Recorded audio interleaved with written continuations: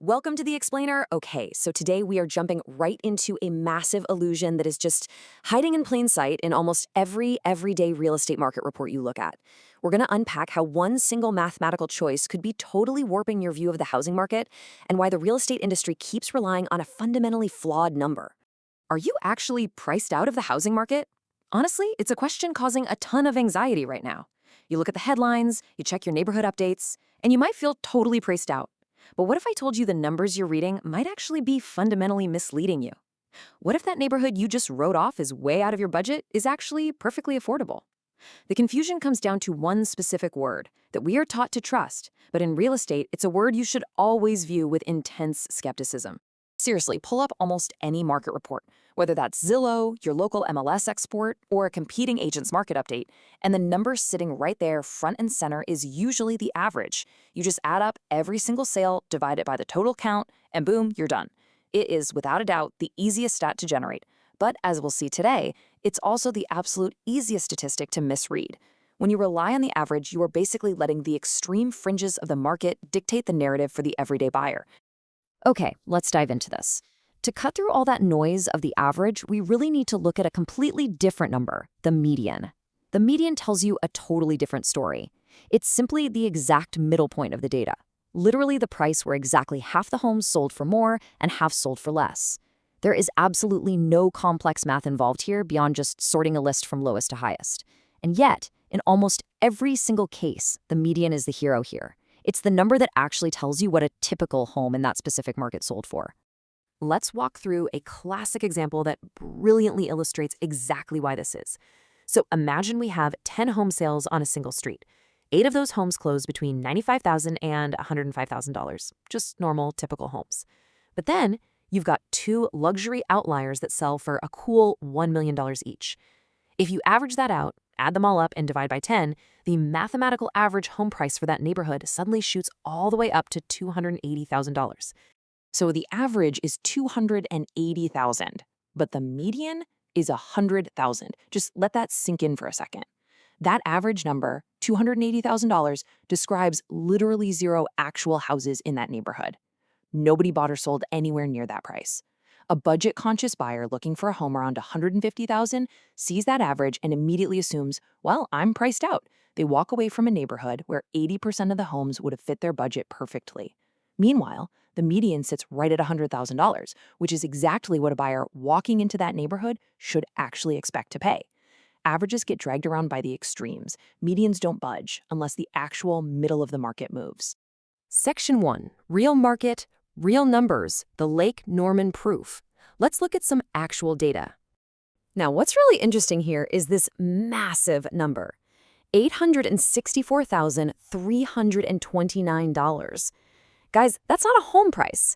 That is the gap between the average price and the median price on the exact same lake in the exact same month, looking at the exact same set of houses. It's kind of hard to believe, right? Let's break down where that massive gap comes from. All right, so in May 2026, there were 22 closings for waterfront single-family homes on Lake Norman. The median sale price was just under $1.65 million, but the average sale price, it was over $2.5 million. The average is running 52% higher than the median. If you're a buyer and you read a newsletter quoting that average, you're going to walk away thinking you need well north of $2.5 million just to compete. But the real center of the market, the actual typical home, sits very comfortably under $1.7 million. That is not just some minor rounding error. That is the stark difference between a buyer writing off an entire market in despair and a buyer actually making a competitive offer. And hey, this isn't just some weird quirk of waterfront luxury properties. If you zoom out to the broader Charlotte metro area, the exact same pattern holds true, just a little more compressed. Citywide median sale prices usually hang out in the low to mid 400,000s, but the average, it is constantly being dragged upward by luxury sales in highly affluent areas like South Charlotte, Myers Park, and the Lake Towns. The gap might be a bit smaller than what we saw in Lake Norman, but it is never 0. Because in any market where there's a spread between entry-level homes and luxury estates, the average will always pull away from reality. Which brings us to the real mystery of this explainer.